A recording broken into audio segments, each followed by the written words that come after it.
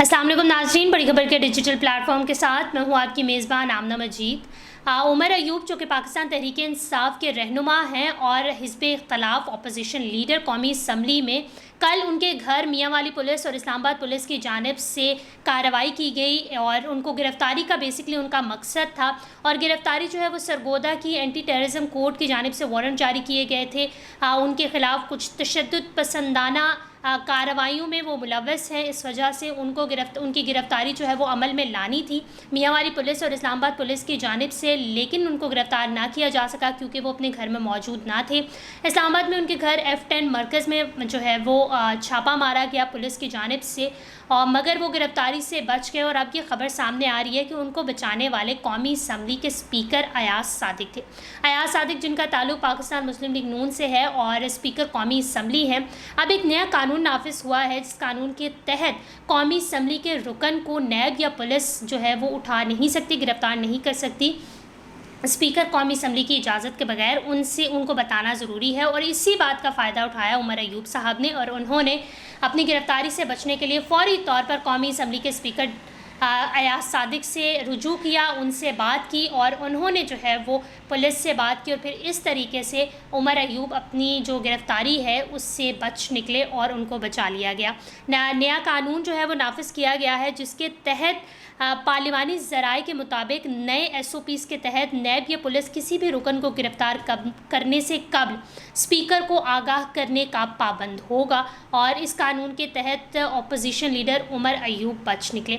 उमर अयूब के ख़िलाफ़ इंसदाद दहशतगर्दी की अदालत सरगोदा ने वारंट जो है वो जारी किए थे उनकी गिरफ़्तारी के ख़िलाफ़। इससे कबल भी पाकिस्तान तहरीक इंसाफ के बहुत सारे रहनुमा हैं जिनको गिरफ़्तार किया गया और जिनके घरों में अचानक छापे मारे गए।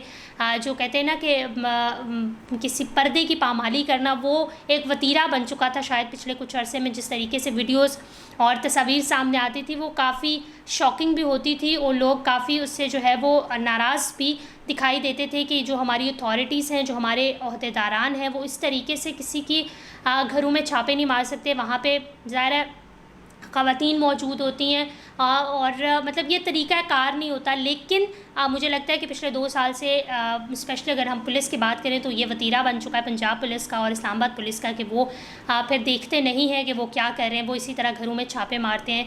और इस तरह के अपोजिशन लीडर, उनका बड़ा ओहदा है कौमी असम्बली में और वो जो है वो हुकूमत कोई भी अगर बात करती है तो उसको रोक टोक कर सकते हैं, उसमें जो है वो इख्तलाफात का राय रखते हैं पूरा। और अपोजिशन लीडर का ओहदा इटसेल्फ बहुत बड़ा होता है और इस तरीके से जो है वो बड़े हुक्मरान होते हैं, उनके साथ हुकूमती ओहदेदारान, उनके साथ इस किस्म का रवैया रखना कहीं ना कहीं जो है वो ये ज़्यादती के ज़ुमरे में आता है। लेकिन पाकिस्तान तहरीक इंसाफ के साथ ये बहुत दफ़ा हो चुका है और अब शायद उन्हें आदत हो जानी चाहिए। सो उमर अयूब तो बच निकले, लेकिन अब देखते हैं कि आगे कौन से पाकिस्तान तहरीक इंसाफ के लीडर हैं या पाकिस्तान तहरीक इंसाफ के फॉलोवर हैं जिनके घर इस तरीके से छापा मारा जाएगा, क्योंकि ये तो अब शायद मुझे लगता है कि आदतन ये चीज़ें करना शुरू हो गए हैं लोग। इस हवाले से आप क्या कहते हैं कमेंट सेक्शन में ज़रूर बताइएगा। बड़ी खबर को लाइक करें, शेयर करें, सब्सक्राइब करें और अपनी होस्ट आमना मजीद को इजाज़त दीजिए। अल्लाह हाफ़िज़।